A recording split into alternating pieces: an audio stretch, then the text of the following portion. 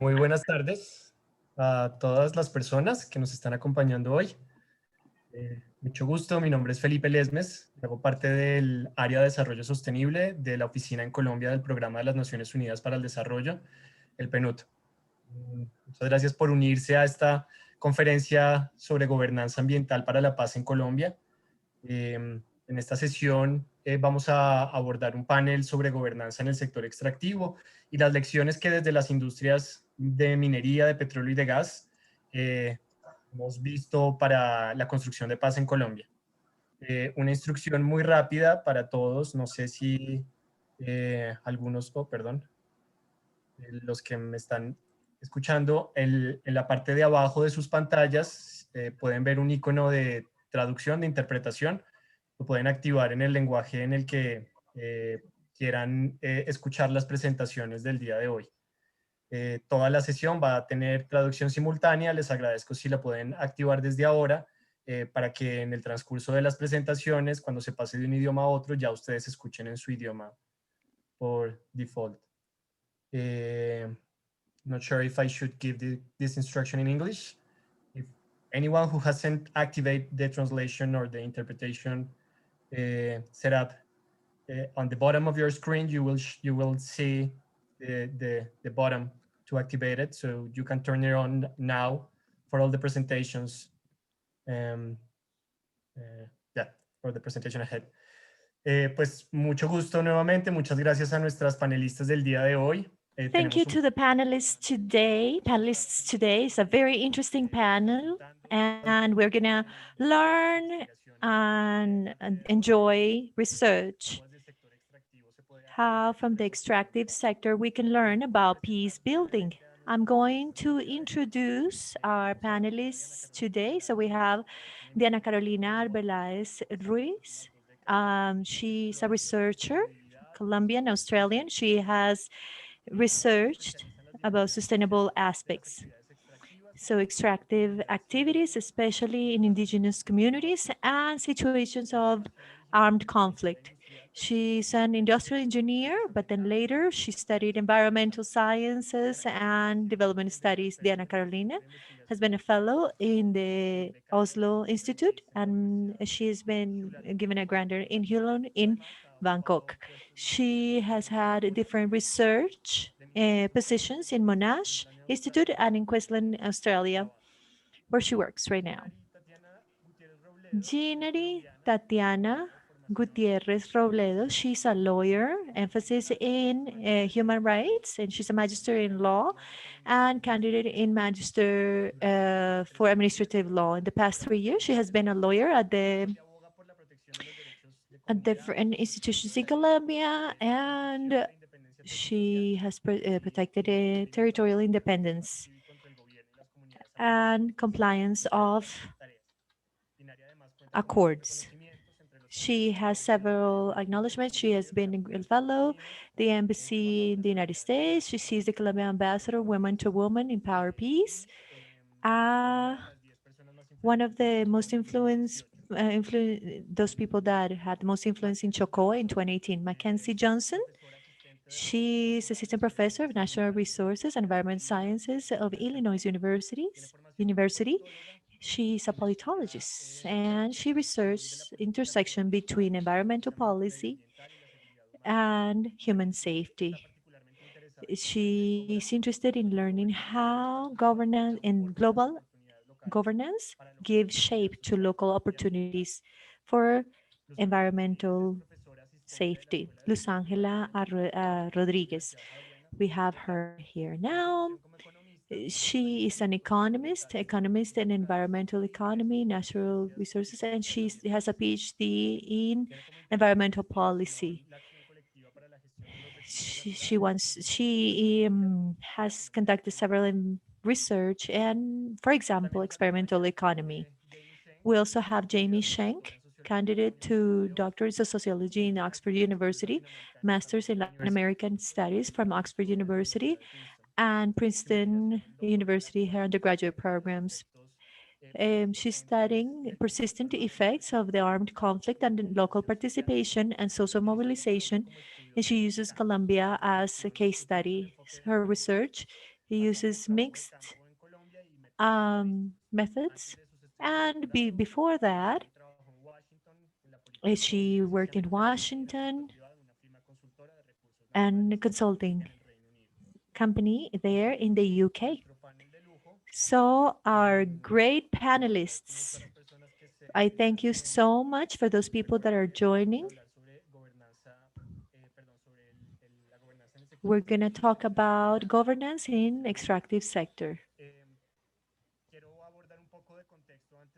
I want to give, well, I would like to set the context before passing on the floor to the to panelists. The idea to talk about extractive sector in peace building is the importance of this sector in Colombian economy. For 2019, before the health crisis that generated the pandemic, oil, coal, and gold exports represented more than 57% of all exports of the country. And according to the royal system, from 2019 2020, there was the investment of 18.5 billion pesos, that it's about 5,000 US dollars, 5,000 million US dollars because of oil, gas, and minerals. This is above 700,000 that were destined in the general budget for the nation for the environment and sustainable development sector. So in spite of the importance, extractive activities present serious problems for the biodiversity conservation and for communities. And we as a society have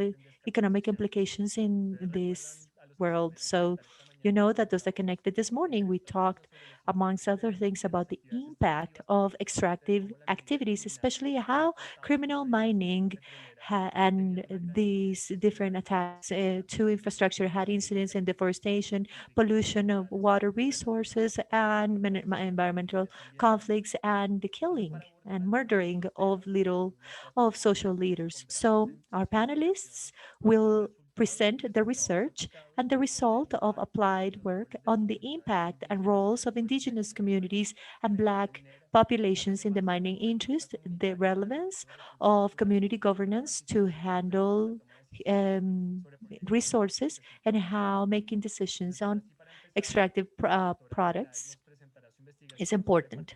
So I'll pass on the floor to Mrs. Alvarez, and she will focus on resistance to mining by NASA peoples in the north of Cauca. Diana Carolina, you can share your screen, please.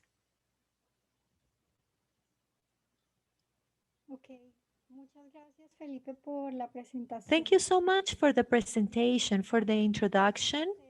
It is a pleasure to be able to participate in this panel. I would like to talk to you about my PhD thesis that talked about the response from indigenous community to mining dynamics in their territories.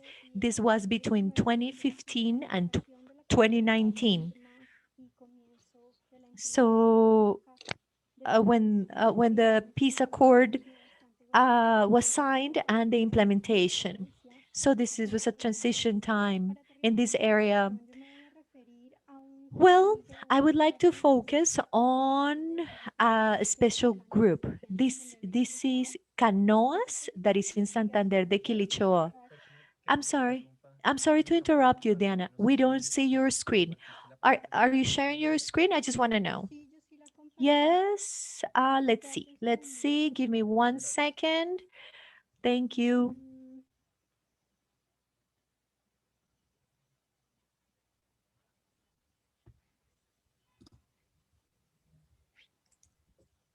Qué raro, porque antes sí había funcionado. Voy a volver a Zoom. Ahí ya empezamos a verla. Sí. Yes, bueno. we can see it. Oh, I'm so sorry. Bueno, entonces, les decía. As I was saying, you can see it, right? Maybe you need to have it in the, yes, there we go. Thank you. Thank you for interrupting me. I didn't know it was not being shared. So the purpose of this investigation, or research, I'm sorry, was to explore active roles of local communities in governance of natural resources and post-conflict times. Communities are usually called passive actors by different institutions that work in peace building. But on the contrary, what I saw is that communities are really active when other actors are absent in conflict areas. All right, so for those of you who are not in Colombia or don't know Colombia, this is Colombia, and the area in red is Cauca Department. And this north part that I am pointing here with the mouse, the north, that's the area where I'm working. I worked for 9 months there in that area. I conducted different surveys, interviews. So I focused on the ACIN. This is an association of indigenous groups, and the Canoas group in Santander de Quilichao. I am very thankful with both organizations. This work couldn't have been made possible without their collaboration help. This area right here is the north of Cauca Department. Black shows municipal borders, and colors are those different indigenous groups that are part of this association. So those are indigenous territories. They're separate from municipalities. So Canoas is right here in the center. It has one part over here and another part green, like little islands that we have there in Santander de Quilichao. So when I was working with them, I had 17 different groups. So 17 groups, and that were urban or did not have territory, and more than 200,000 people based on those territories. And Canoas was had a lot of activity and a serious problem. Land scarcity was the problem because of the population growth. They had to stand in line, for example. Her voice is cutting. I'm sorry. So responses are very diverse, but responses to mining are diverse, but we can have some trends. And I highlight 5 or 6. First is that for the answers, they frame the moral principles. They are unity, land as economic resource, and the territory to exist and commemorate memory, culture, and autonomy governance according to priorities established by them. There is this legal framework with indigenous frameworks. We have high authorities, and there are other organizations that have mandates. They have different levels. They are lineal. So to orient things, the highest authority is called cabildo. There are institutional designs. They have the territorial authority in charge of cabildos, and they have environmental functions. They have these manager groups. In each one of different groups, we have territorial control. We have indigenous guard. They protect life and territory. This is a network of volunteers. And there is also these activities for knowledge creation, to share ideas, have a dialogue, resilience, so on. So this is observed in different groups in different ways. There are some that have their own they have their own structures. Some of them have closed minds because they did not work, and in others it is prohibited to have mining. So I'm going to speak about canoas where mining is prohibited, banned. And what I would like to establish with these is to show how there are responses in territory and what those responses mean for peace building. This picture is is part of a mural in Canoas drawn by a group of young people that work with water. So in Canoas, one image is worth more than 1,000 words. So they have seen this history of combat because of mining. An armed group protects mining and another group would like to finish it. Mysterious deaths in those families involved in mining, family violence inside those families. And with mining groups between 2017 when I was there, a guy from Canoas was murdered in Muchique because of the mining, because both of them prohibited, both groups prohibited mining. And what I heard from Canoas is the expression, what happens when people touch gold. Gold is perceived as a powerful substance that can dominate someone. So when someone touches gold, they want to find more. They they go above family, above community. Gold is even above the person themselves. So since gold is so powerful, it is understood as a substance that should be manipulated.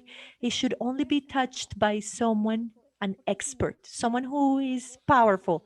Otherwise, there is deterioration, there is lack of harmony within the community when other people touch gold. So mining is seen as something that goes against expected behavior within the moral principles in the community.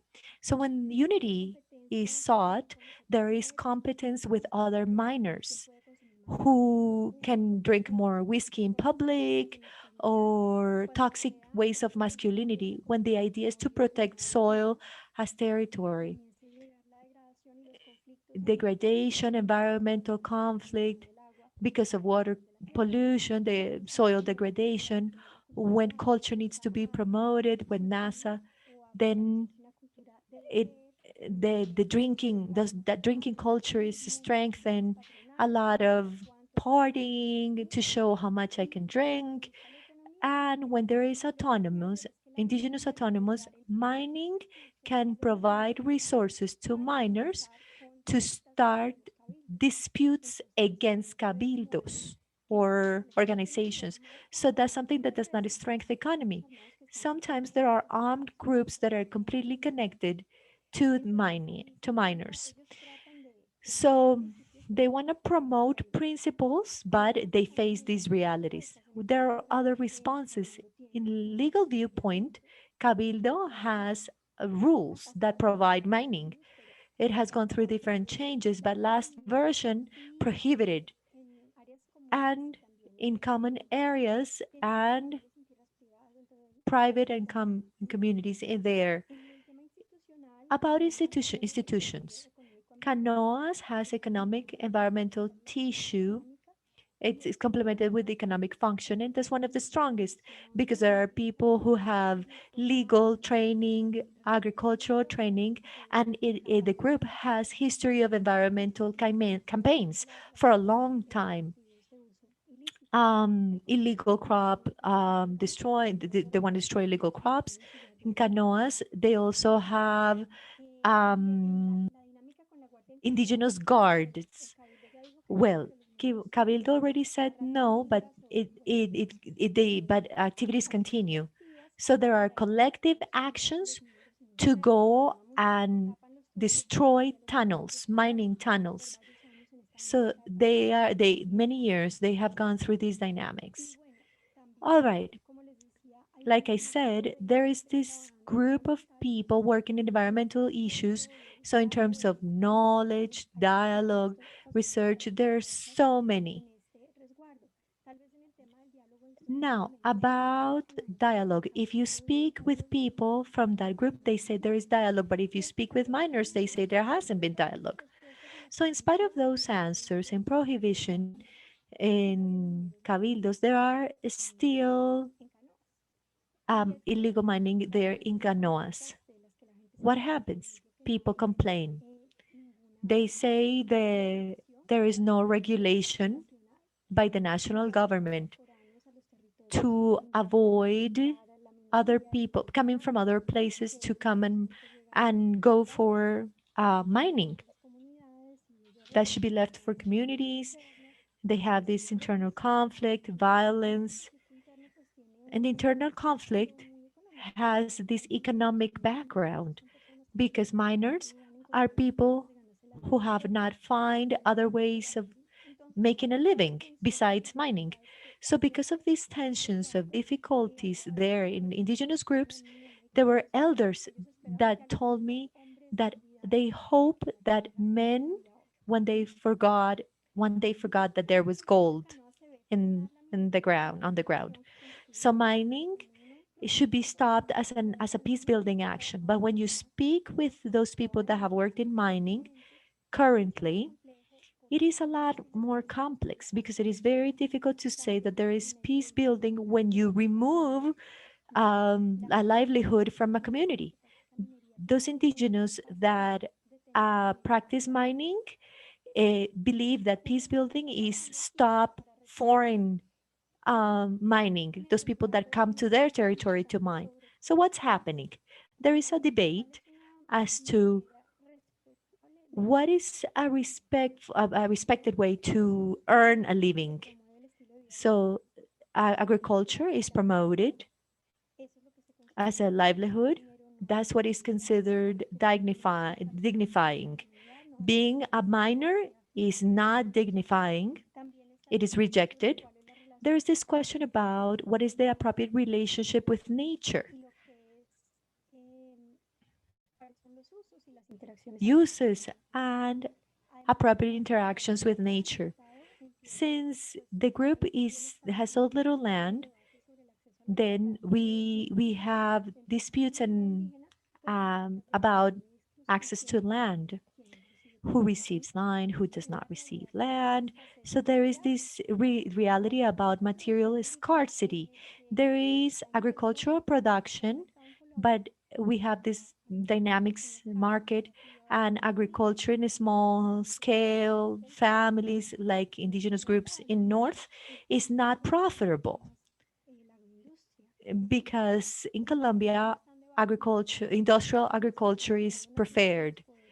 Spiritual aspects as well is there about their character. So in the end, one of the most important things for this debate is that that concrete part about livelihoods, how to make a living if there are no other alternatives for minors, for them to change activities. So it'd be hard to advance, to leave this problem.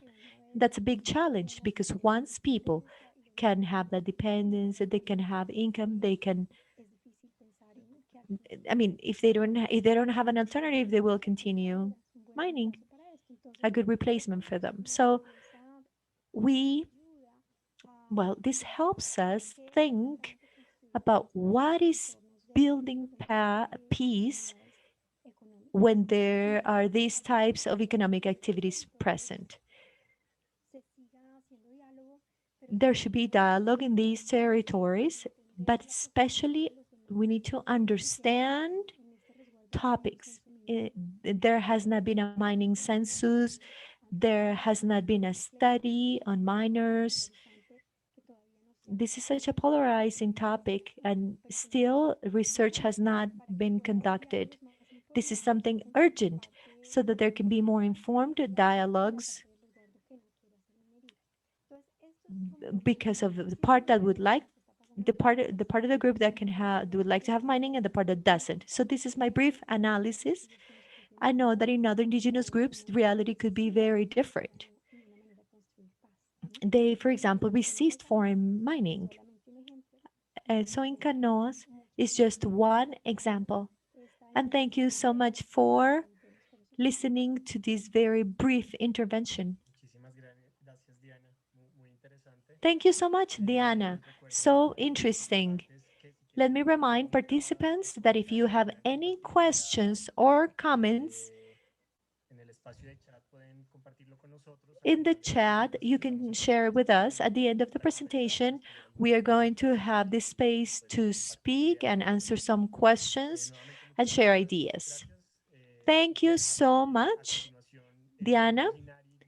So now Ginary Gutierrez will talk to us what it means, this ethnic mining legislation to peace building in Colombia.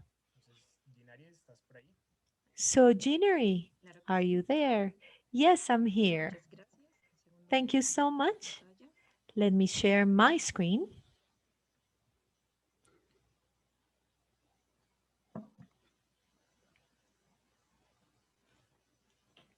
¿Me confirman, por favor, que puedan ver la presentación? Can you see the presentation? Yes. Listo. Mi presentación va a ser en español. My presentation will be in Spanish. Thank you, everybody, for your presence in this conference. As it was mentioned by Felipe, I would like us to focus on these 15 minutes to see the implications of comparing traditional mining and illegal mining, especially in Black communities in the Colombian Pacific, and how these phenomena affect peace building in the territory. And we cannot have environmental governance to achieve peace in Colombia. I would like to start with this reflection with this sentence by this quote by Mario Calderón. Peace is national when it's a proposal, but it is regional as a solution. It's national if it's a proposal, but it is regional if it's a solution. In the peace accord, mentioned agriculture. We had 50 years of conflict over land. There, in land, is where we're going to have peace building for all Colombians. We need to have it clear. When we speak about land, we speak about Black communities and indigenous communities. And we need to stop thinking that they are contradictory. So many of the questions we want to reflect on is how legal regimes can protect ethnic communities and how can they protect environment. Ethnic communities should not be thought as communities that go against development. Those communities are not enemies of environment and the economy. Indigenous communities are 5% of the world population. In spite of being just the 5%, 370,000 groups in the world, they take care of 80% of biodiversity in the planet. This is not a coincidence. At the same time, indigenous populations with 5,000 different indigenous groups, types of indigenous groups, are 1/3 of the population that has extreme poverty. So that's to face the reality of those peoples. So in this presentation, I would like to answer this question. What does legality and rule of law mean for Black communities, specifically in the Colombian Pacific, and this dichotomy of the law, so that we can think about a solution, how to build territorial peace, rural peace with effective guarantee for justice. Let's speak about Black communities with these three topics. In Colombian Pacific areas, that's where I would like us to focus on. We have about 9 million inhabitants in 178 municipalities in 4 departments or states. This is 17% of the national population, but 80% of that 17% has ethnic belonging, 16% Rom, 33 indigenous population, and 44% of Afro communities from the whole country. So 30 indigenous groups organized in 255 resguardos that take about 2,500,000 hectares. And in case of Black communities, 187 community councils, that is 5,700,000 hectares. Why should we have these numbers in mind? land belongs to those communities. Sometimes we don't want to accept that we're only talking about that keeping communities in mind is their right. It is an obligation. But we need to speak about regulations that affect land that belongs to ethnic communities.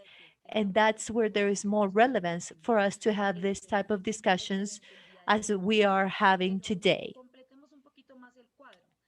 Let's look at this picture.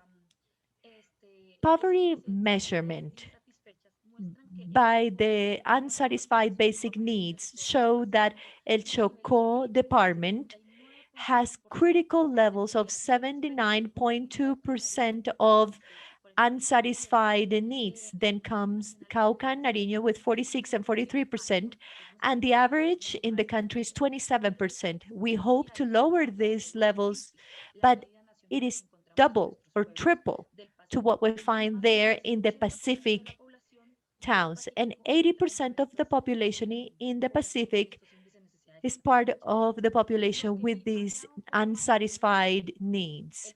What makes it even worse? The armed conflict.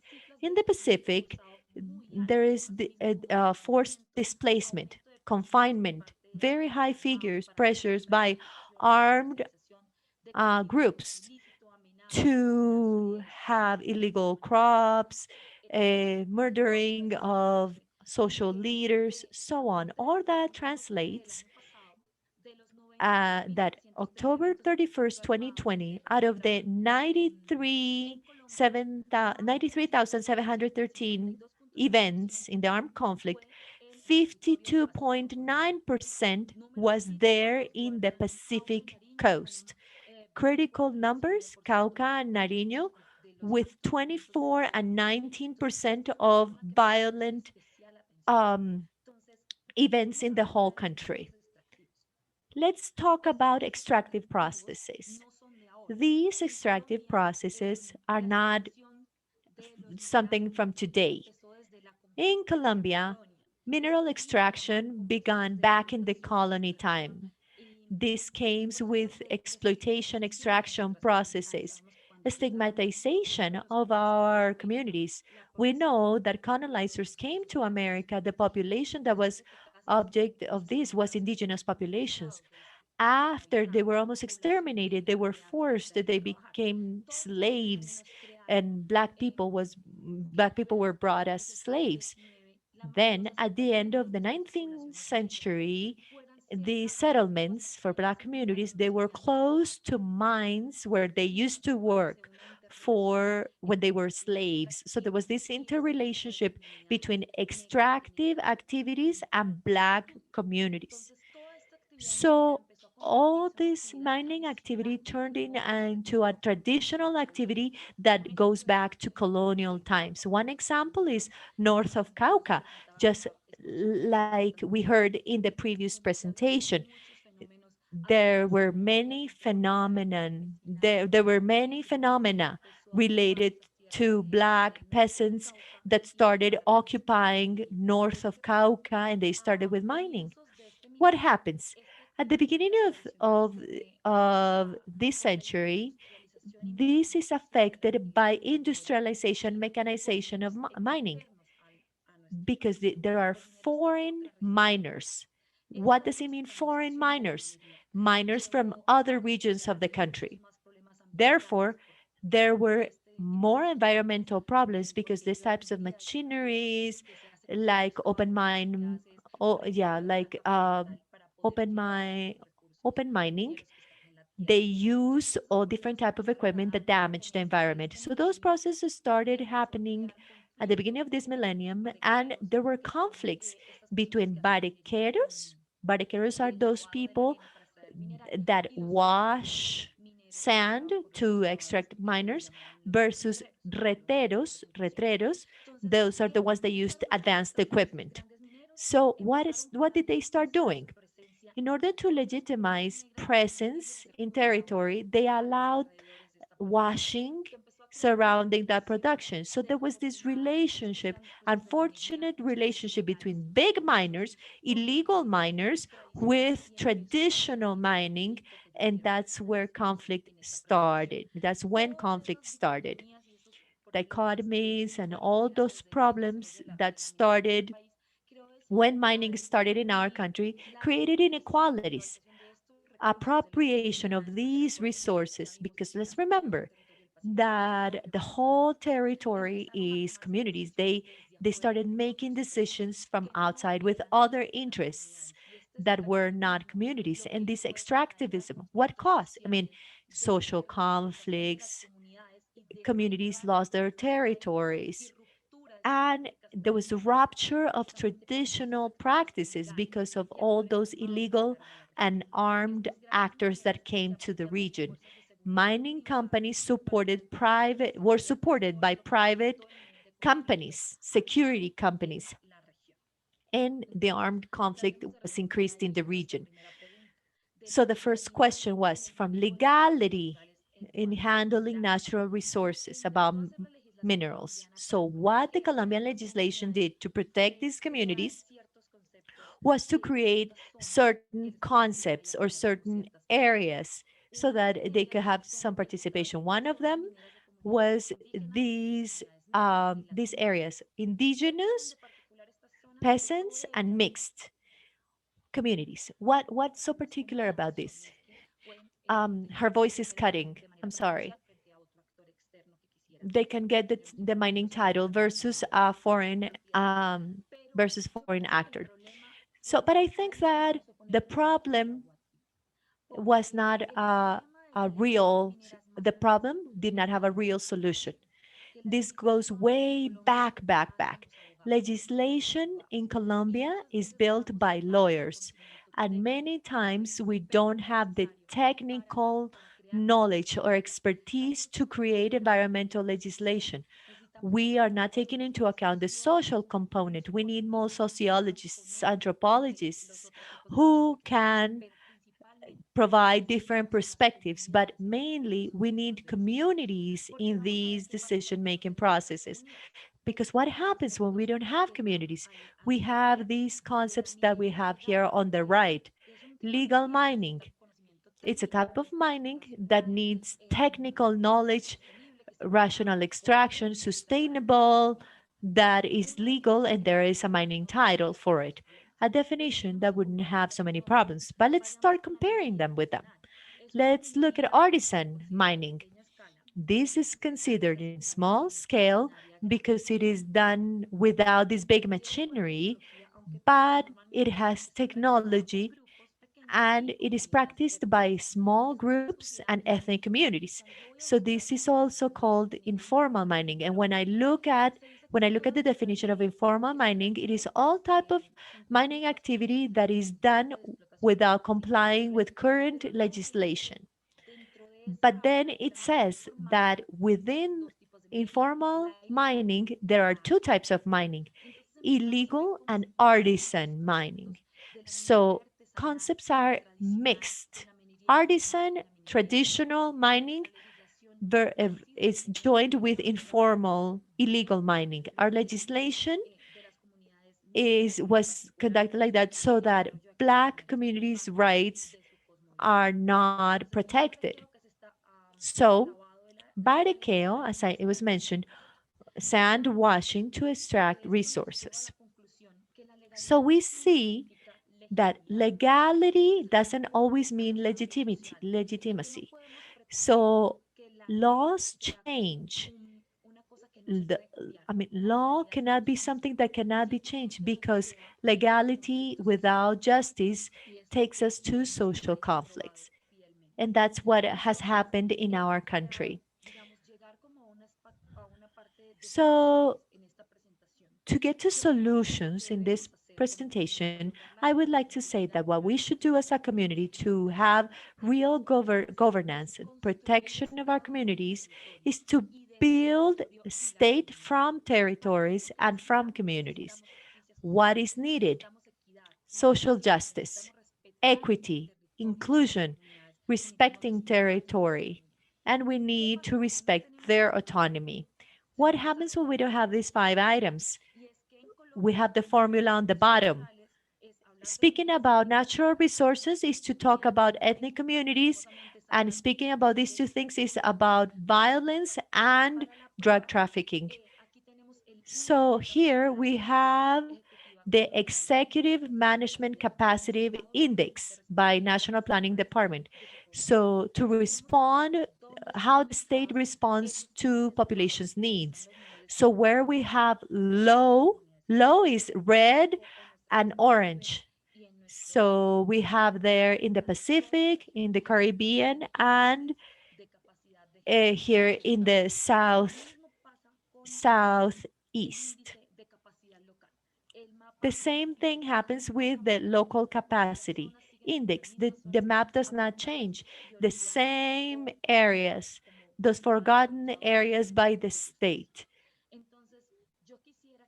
So I would like to conclude this talk with several ideas. The first one is that environmental governance and legality when handling natural resources can only turn into peace-building tool when we understand that communities live in territory and they need to have voice, they need to be heard, and they need to have vote.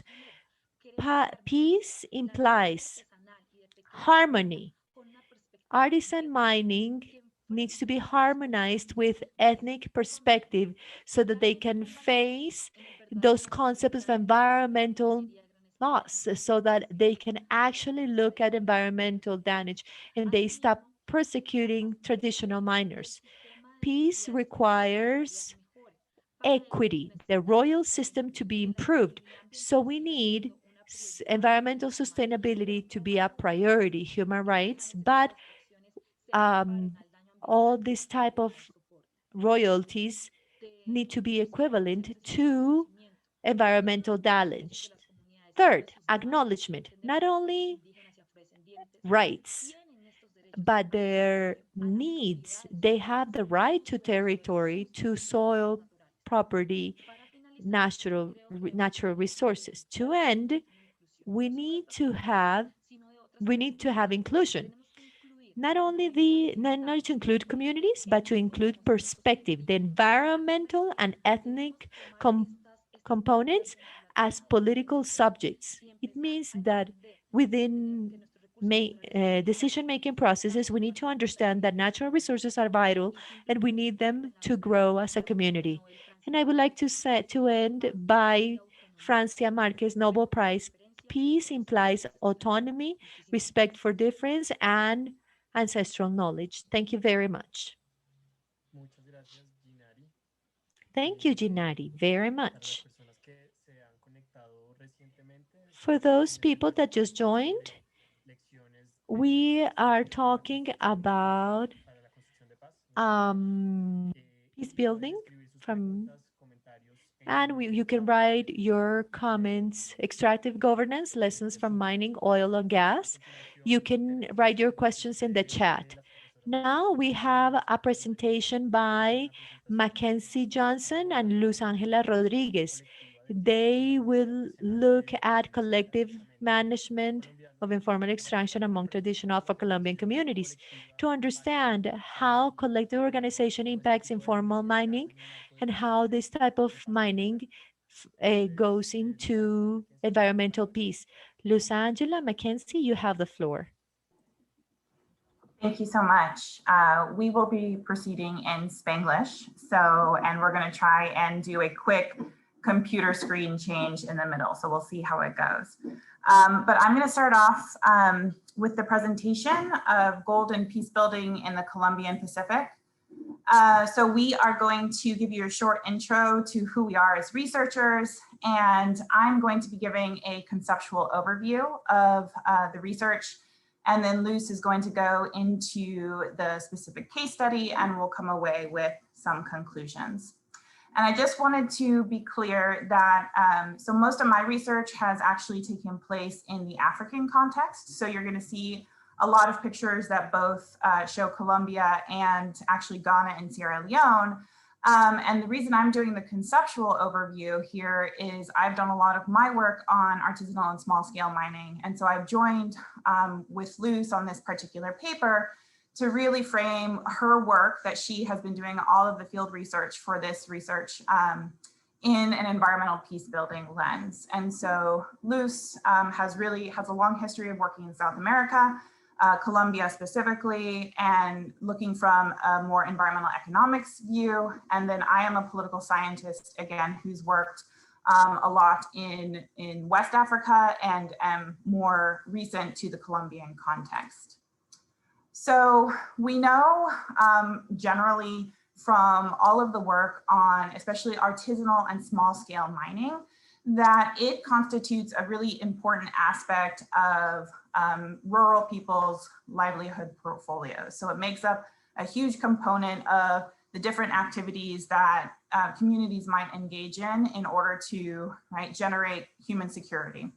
And we also know that communities across all of these really diverse contexts have complex rules in place to regulate both the access to mineral resources and the distribution of those benefits. And especially since 2008, we've seen efforts to reduce the social and environmental impacts of artisanal and small scale mining as we have seen more actors jump into this sector after mineral prices rose in 2008.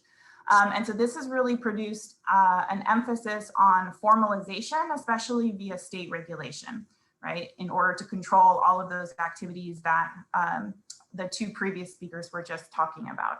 And so we're looking at this kind of formal tenure process, which prioritizes the state as having authority over mineral extraction, even in those areas where Luce is going to be talking about, where communities might have formal rights over land.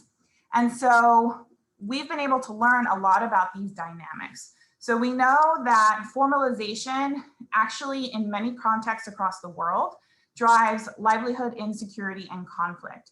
And these are for reasons that, so if the regulatory state or the state starts to implement kind of formal mechanisms to regulate mining, we know that in terms of its own regulatory effort, it's pretty easy to regulate multinational producers, especially since those producers often act in tandem with the state to generate law.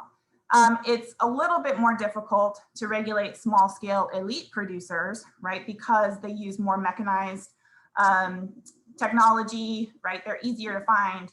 And then for the regulatory state, it's a very big effort to regulate small scale and artisanal producers because they might be dispersed over large areas, right? Often they might use machinery or not. And then when you look at the return to the state, the exact opposite is true, right? So the state generates a lot of revenue from multinational producers, maybe middling revenue from small scale elite producers, and minimal revenue from small scale and artisanal non-elite producers. And so what this does effectively is it generates a cost barrier to entry and kind of artificially delineates these producers into a formal regulated sphere versus an informal and unregulated sphere. And from an incentive standpoint, the state has very, very little incentive to actually, right, it doesn't really want to regulate informal users because that becomes very difficult for the state, right? So it actually kind of benefits from criminalizing that activity just to say, right, it shouldn't exist and we're just going to focus on kind of this larger scale production.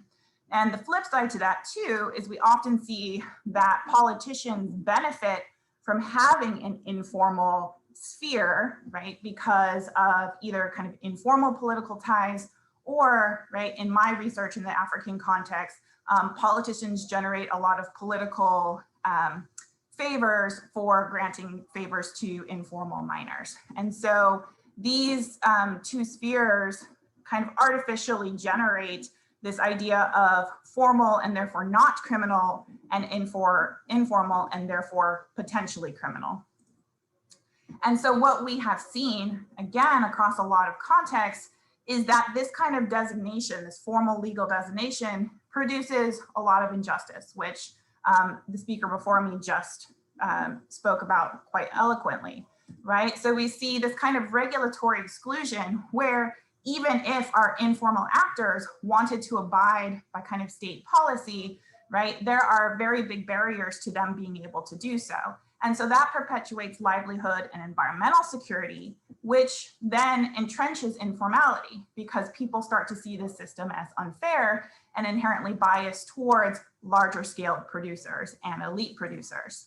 And so, right, this often creates physical and environmental security, again, which is the speaker before me was just talking about as well. And so these dynamics, right, suggest in a lot of the research that exists on kind of artisanal and small scale mining, that if you want to engage in peace building within this particular sector, it requires really adaptive governance from the state that can help communities actually enforce existing rules, especially in communities where mining is a part of their traditional livelihood and part of that kind of security portfolio, and maintain access to resources without necessarily giving up territory. And so with that, I'm going to switch over and Luz will now share her screen. Gracias, Mackenzie. Voy a compartir mi pantalla. Thank you, Mackenzie. I'm going to share my screen. I'm going to present in Spanish. Okay, so to continue, I would like to mention that we had our PhD studies together. And while doing our PhD together, because of different approximation frameworks, we came to similar situations. So that's why we are joining efforts in this joint work. I studied these mining processes in the Colombian Pacific coast, in particular in 3 cases, in Buenaventura. And this is the work that we have been conducting. And based on those cases, we joined these conceptual frameworks with these results to come to conclusions about how these community institutions for gold governance can contribute to peace building. And I'm going to touch on different elements that Diana and Gennady included in their presentations as well. So I'm not going to go into detail about the Pacific coast because we had this introduction, very important introduction, just to, Gennady already mentioned that, but just to mention that mining in those territories is part of cultural tradition and livelihoods of those communities. And there is this tension because of that difference in terms of property titles and acknowledging property titles to community councils. And on the other hand, the fact that in mining code, in the national legislation, subsoil resources belong to the state. So there is this tension in the handling and decisions on territory when communities cannot make any types of decisions about subsoil. So that's the context we are in here. In spite of that situation, most gold that is produced in Colombia comes from the Pacific. It is hard to have reliable numbers because most of this comes from exploitations that do not have a title nor a license, environmental license, but the information says that approximately 40% comes from the Pacific. Most comes from those mining operations lacking mining titles.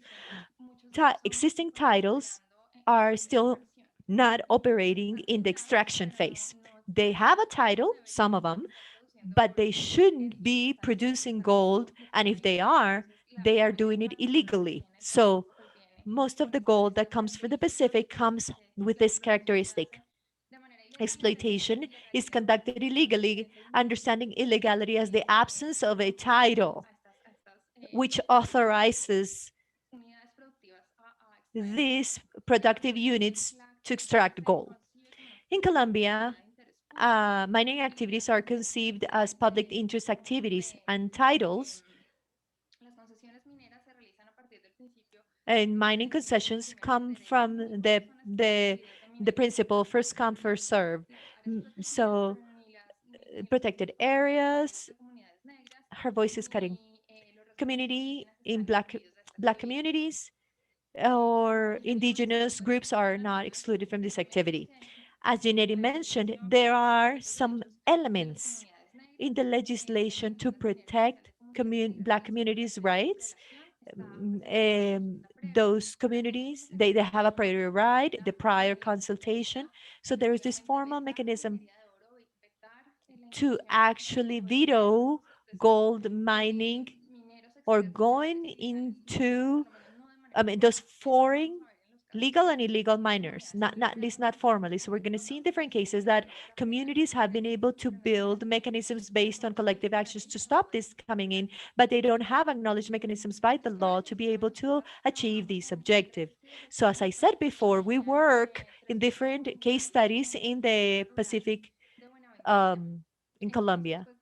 So we were there in Buenaventura. These councils, they fare in different dimensions, but as you see on the map,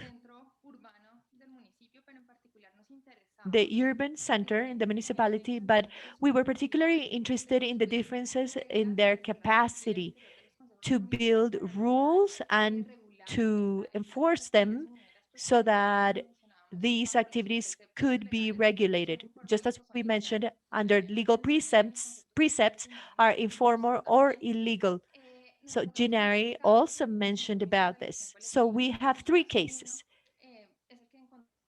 So case number one is the one that we have the capacity to be able to have an influence in external activities. Case two, this is an intermediate case, and case three is a successful case, collective action, not only about gold governance, but other dimensions, those organization processes, like in case of indigenous to control illegal crops. We have had collective processes, mobilization processes to control illegal crops. They have been very powerful and successful.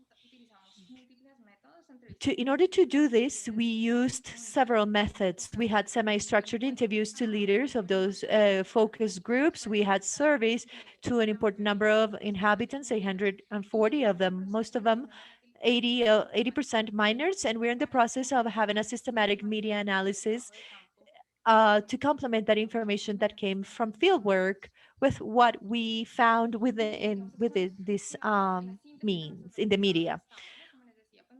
Okay, this is the synthesis of the results. So we organized them based on that collective action graded to analyze different governance actions. So according to those processes that we had in each one of the cases. So I'm going to describe them based on those governance dimensions.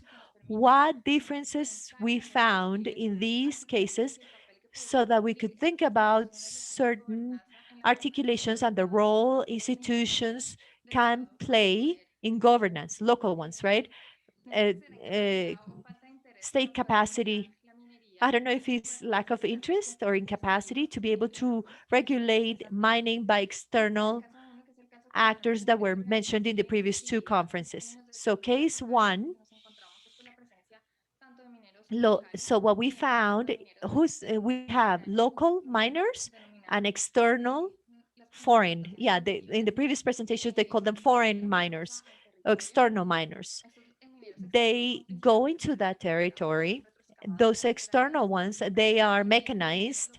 They have all types of machinery, and local ones are artisan miners, not in the scale as external miners, but for them to go in, many times they come to agreements with owners, landowners. If we see collective property inside community councils, there are agreements to divide them into lots for families. They divide land. So external ones need to agree with those people how to use land.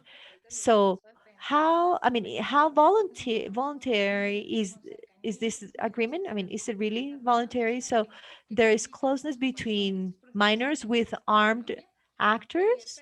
They make it complex in a country like Colombia.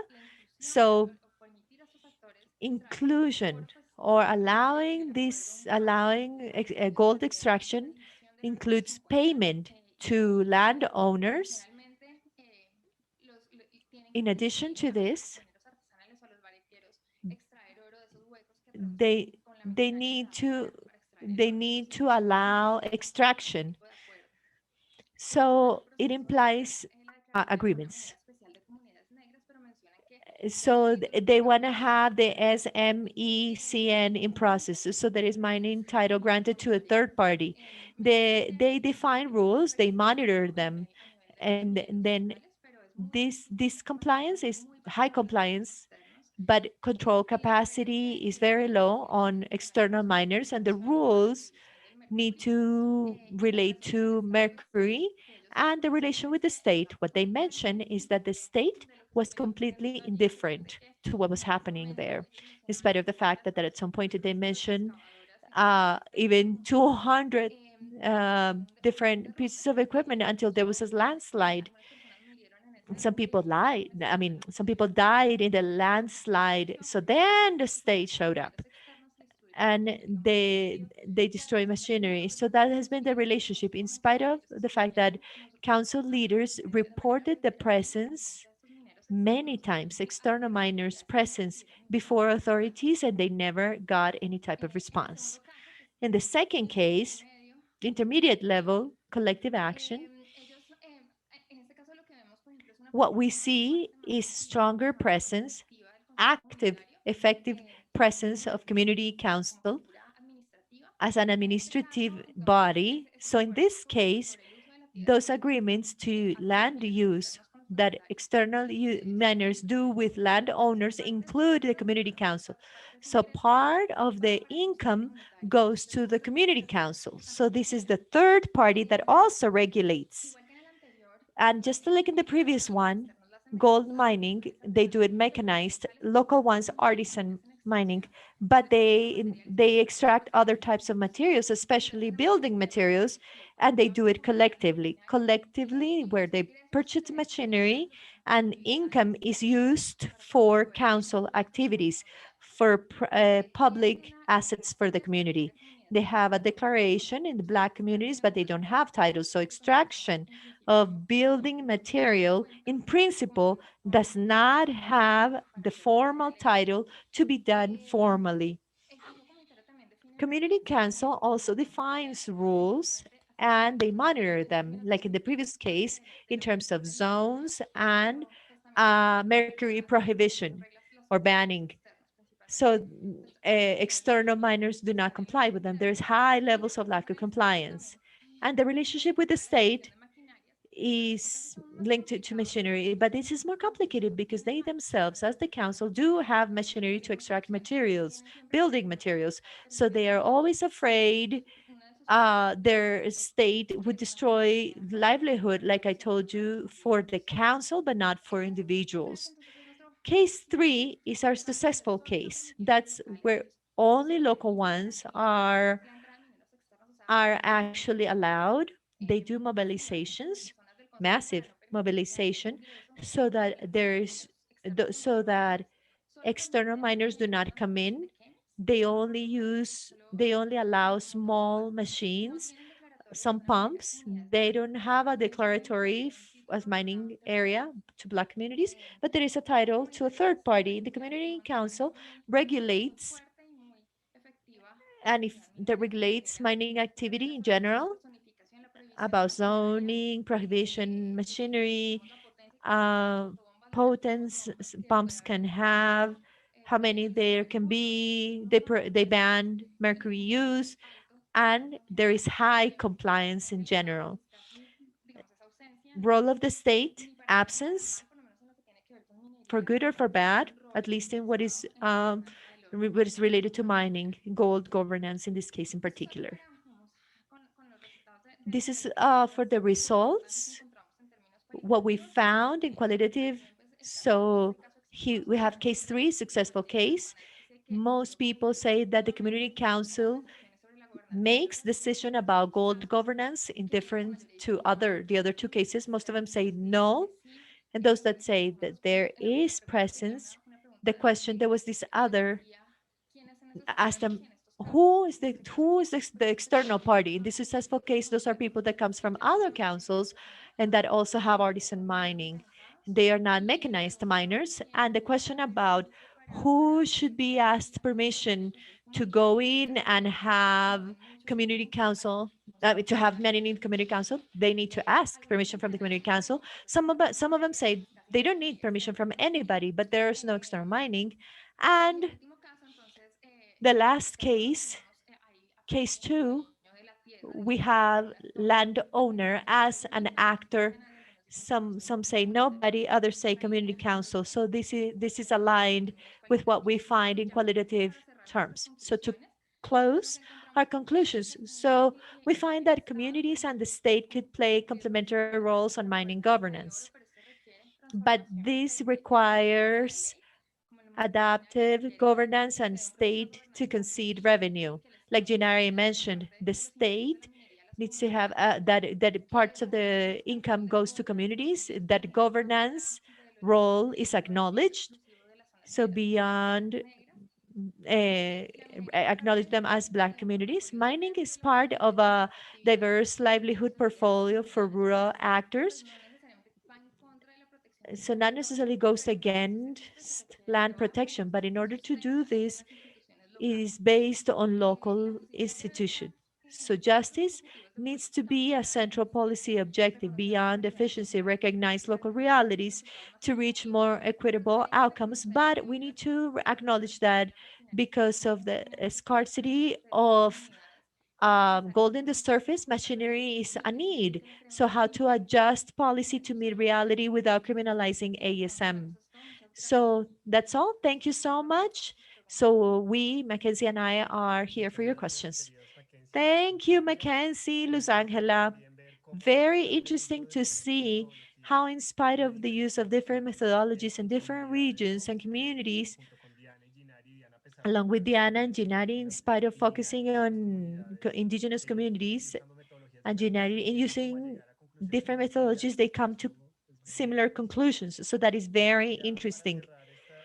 To close this panel and have a few minutes probably at the end for some questions,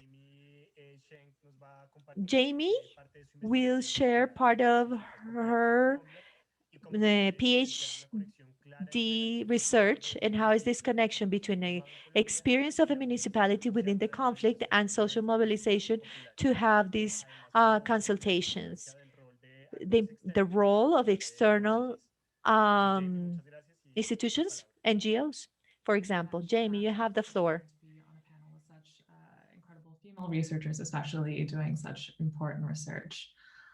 So I'm going to pivot a little bit from the previous presentations, and I'm looking at large-scale gold mining projects and campesino communities that have been opposing those projects and their incursion on their territory.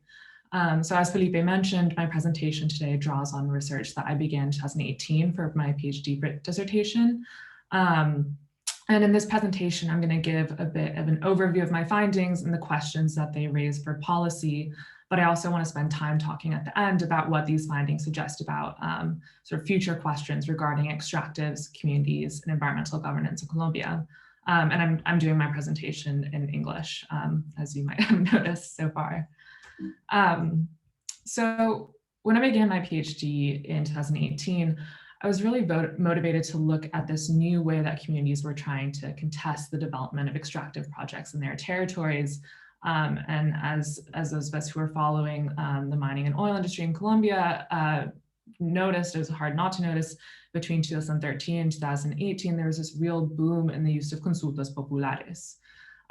So much of the academic work at the time focused on the successful cases, namely Piedras and Cajamarca and Tolima. And we're really looking at sort of why they were able to be successful, what the vote totals were like, and what that might imply for the mining industry going forward. But I was really interested in trying to figure out more about the municipalities that tried. So I knew that behind every sort of success, there would be at least a few communities that had tried to hold a consulta and had failed for various reasons. And we know very little about those. And I think by looking at only the successful cases, we're not really getting the full picture of what contestation looks like, and also how it connects especially to conflict. So I had three motivating questions for my dissertation, or I have three that are still ongoing. The first is, where have communities turned to these mechanisms, specifically the consulta, to contest claims over natural resources? In other words, where do communities see state mechanisms and see participatory democracy as a legitimate form of protest that they can follow alongside maybe more informal means? The second question is, what explains variation in success? So why are some communities successful in holding a vote while others fail along at some point in the process? And then more broadly, can we think about this trend of consultas populares and the use of participatory democracy in the context of mining and oil projects as something that's empowering, especially for communities that were affected during armed conflict? So the way that I've gone about trying to answer these questions is a mixed methods approach, but today I'm going to focus mainly on the statistics side of it. So I built an original data set that I called the Consultas Populares en Colombia database as a way of sort of beginning to look at the broad universe of cases of both successful and unsuccessful cases. So I identified cases of mobilization from media press reports. So I looked at both national outlets, El Tiempo, El Espectador, Semana, and more local outlets like Diario de Huila and other press from Tolima, Casanare, et cetera. So from this review, I found a total of 102 attempts to mobilize. And I can talk a bit more in the Q&A if people are interested in how I sort of distinguish between this. But there are 102 total cases. 10 of these are successful in holding a consulta popular. And there are 22 that sort of get almost there. So they get a vote scheduled by the mayor, but the vote isn't carried out for various reasons. And sort of from this database construction, we can already draw some important insights, I think. So as you may have seen on the graph in the previous page, the majority of these mobilizations begin after 2015. And this really highlights the importance of legal opportunities. So in 2015, a new law was introduced that allowed community leaders to bypass local governments. So normally a consulta popular is called by the executive of the relevant sort of level of government. So for municipalities, that's the mayor. But in areas where the mayor was in opposition to the attempt to hold a consulta, from 2015 onwards, community leaders could gather signatures for a petition so that their process would jump directly to the National Registry rather than having to have a first step of approval by the mayor. So that's sort of an important point of community empowerment. A second point that's worth highlighting is the distribution of cases across Colombia. So the graph or this map on the left, this is mapping where all of these mobilizations have occurred, the municipalities where they occurred. And I think what's worth noting here is that these 102 efforts are spread across 95 unique municipalities in 14 different departments.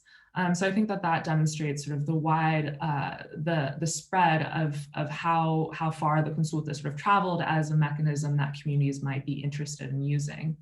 But the concentration of cases also, I think, reflects how the large-scale mining and oil industries have developed in the past decade, really. So Antioquia and Casanare have the highest number of cases, 17 respectively.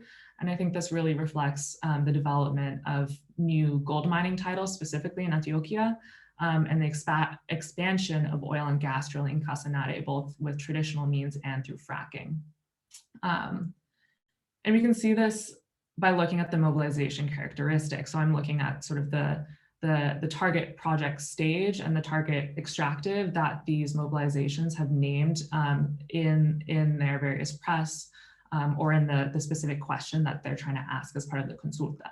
So it's really notable here, you can see that 88% of these mobilizations are targeting projects that are in the exploration phase. And further, the vast majority are targeting either hydrocarbon or gold projects. So these tell us two important things. One is that I think, and this is something that came up in multiple interviews that I did as well, is that this opposition is largely coming from communities that don't have a strong relationship or history of large-scale mining. So in contrast to areas that have seen lots of mining, like in Cesar, these communities aren't really familiar with and haven't had experience with the type of large-scale, especially open air mining projects that the Colombian national government has really been promoting as a driver, its future driver of economic development. And the fact that these projects are concentrated in the hydrocarbon and gold sectors is also important because I think those are the two really crucial sectors, oil historically, and then gold for future prospects that the Colombian government, national government at least, has had an eye towards. There's also an interesting trend when we compare these municipalities that have had mobilizations with municipalities that sort of were at risk. So they're either under mining titles or they are open to mining titles, but didn't have a mobilization. And I did various statistical tests, looked at a variety of indicators, which included political ones like the party that's in power, electoral participation, socioeconomic indicators, and none of these are statistically significant. So there's no major difference between municipalities where there is an attempt to hold a consulta and those where there isn't. But there is one variable that was significant, and that's experience during armed conflict. So you can see here on the left are municipalities where there's no consulta, on the right are those where there has been. And the big difference is that communities where there has been a mobilization for a consulta tended to have a greater experience of violence specifically committed by the FARC. And that indicator includes both lethal violence, so homicides, but also kidnappings and confrontations between the state and armed groups. And what's significant here is that difference is significant even if we include controls like the presence of coca or illegal mining projects that you would think would drive sort of higher rates of violence. So this suggests that experience during armed conflict has some sort of effect on mobilization propensity. So, and I have sort of various hypotheses as to why, but I won't get into them here. But I think what that really illustrates is that we can't ignore the legacy of armed conflict, even if we're looking at processes that don't seem necessarily related. And I think that's especially important for this conference. And I think this is also important for companies to keep in mind. So as they move into these areas, they're dealing with conflict affected communities, and that might have some sort of bearing on how communities react towards them, even if this experience in conflict happened a while ago. So the past few slides have looked at this question of where communities have turned towards the consulta. I'm going to turn now to looking at variation. So basically, why are only some municipalities successful in actually holding the vote after they mobilize? And to answer this question, I took the database that I constructed and I coded my cases based on progress. So the way that municipalities go through holding a consulta popular for any question, but specifically on mining as well, there are multiple stages of approvals that you have to go through. So there has to be approval at the local level, and then at the departmental tribunal, and then some national government bodies have to disperse funds. And these different stages allowed me to code cases based on how far along they get in the process.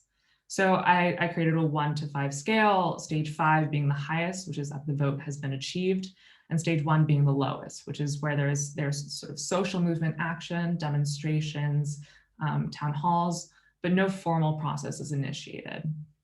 And then I consider various explanations from the academic literature on why we might see this variation. So you can see on the right some of the literature that I draw from and hypotheses that I test. And instead of running through that here, I'm going to focus on 2 sets of actors that emerge. And those are veto players and allies. So I'll start first with veto players. And I'm thinking about this in terms of 2 main players that can either hinder or help movement progress. And veto players are those that hinder progress, and they tend to, and basically in this case, we're looking at the companies that are being targeted. And in the literature, we see various explanations for why companies may be more or less successful in stopping social movements and protest against them. But I want to highlight 2 things here, which is the sector and then the relationship between the company and the government, and specifically the armed forces. So with the graph on the left, you're seeing on sort of the left-hand side, mobilizations that get stopped at this sort of early stage. So either they only have sort of informal progress, or they don't get to the point where a vote is scheduled. And those grouped on the right are those where a vote is scheduled or a vote has been carried out. And what you see here is that effectively oil projects and oil companies are easier targets. mobilizations that target oil projects tend to progress to higher stages, and that's a significant difference, especially if we sort of compare it to gold projects. And why I think this is the case, part of that is that I think it has to do with time horizon in comparison to mining companies. So I think that this has to do in part with sort of trends that we talked about actually in the opening plenary about sort of the future of extractives and what international market trends might mean for the future of extractives in Colombia. And I think the writing has sort of been on the wall that dependency on oil and oil exports are going to decline in the future. And I think that this might impact companies' willingness to spend resources to stall community mobilization or to sort of take them on versus just abandoning plans for expansion and concentrating on existing sites. And I think this is where it's important for us to think about the fact that these are usually targeting new projects or expanding projects rather than existing sites. So the second aspect of veto power that I want to explore is this relationship between companies and the government and armed forces. So here I'm looking at where companies have signed convenios de fuerza. So basically these formal arrangements between sectors of the armed forces or the government and mining companies or extractive companies basically for protection. But there was a long investigative piece published by Rutas del Conflicto last year where they published a database of all of these convenios. And what you can see here is that where a convenio is in place in those municipalities, mobilizations are far less likely to progress to higher stages. And I think this is really important when we think about the connection between mining and peace, as this conference really focuses on, given the armed forces' history really of repressing community protest. And it's not necessarily surprising that anti-extractive movements would be less likely to gain traction, but it is worrying that we would see this trend that diminishes the capacity of communities to activate participatory democracy. The second player that I want to look at are allies. And I basically looked at the different alliances that communities can form with NGOs or experts who might help them in terms of training or with legal help, with resources as they try to organize their communities to hold a consulta. And what's really significant here that I want to highlight is that none of these alliances are significant on their own, but together it's how they're a significant force. So it's really about the number and quality of alliances that communities are able to form. And you can see this here. So basically none of these individual groups are significant on their own, but as you start to add them together, they become statistically significant. And you see it here, this is the stage at which mobilizations end. And basically to get a vote to happen, you have to have a quite high alliance score, and that's a fact that reflects the quality and density of these alliances. And I think the importance of this finding is that it really shifts the focus in some ways from the communities where these mobilizations are located back to Bogota, back to where these experts are located. And I think these mediators are sometimes overlooked or not explicitly talked about when we talk about company and community conflicts, but they clearly play an important role. So this has been sort of a greatest hits so far of my PhD, but I want to conclude by talking about so what. This is sort of a question I got when I was in Colombia because the window of opportunity for consultas has now closed. So in 2018, the Constitutional Court ruled that communities can't use the consulta popular around mining. But I want to conclude by arguing that this wave of consultas was powerful and still is powerful for what it's already achieved and also how it can inform environmental governance moving forward. So first, I want to argue that I think the consultas are a powerful demonstration that even conflict-affected communities can organize against very powerful actors, and even without government support, and even in spite of government pushback. So I think in that way, even though few succeeded, the fact that they were able to organize at all is really a story of resilience. Second, even though only a few held a vote, I think the impact on the mining industry was much broader. And this finding comes a little bit more from qualitative field work that I conducted rather than stats.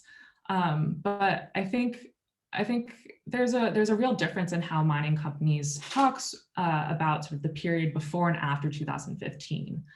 Especially sort of like legal and community relations teams, there's like a clear before and after 2015, which I think is an oblique reference to these consultas.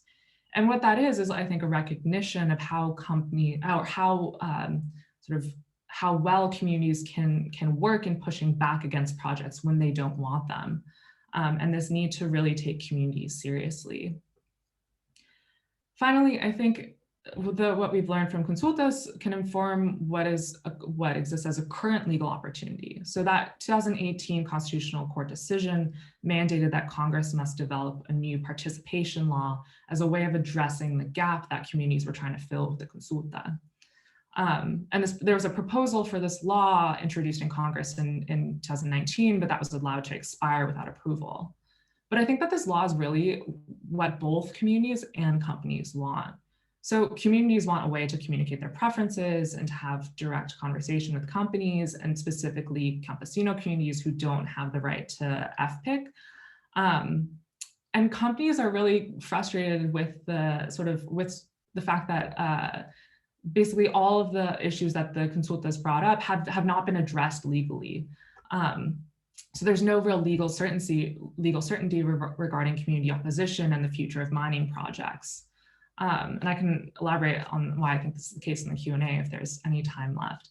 But I think this is an opportunity for allies, NGOs, communities, and companies to enter a real dialogue and come up with a law that can truly address participation and end this legal uncertainty. And maybe this is an optimistic view, but I think that this could be, since it's something that both want, it could be like a real place for dialogue. And there's also a place for academics to participate, and maybe the international community at large to sort of pressure the government to actually pass this law if one comes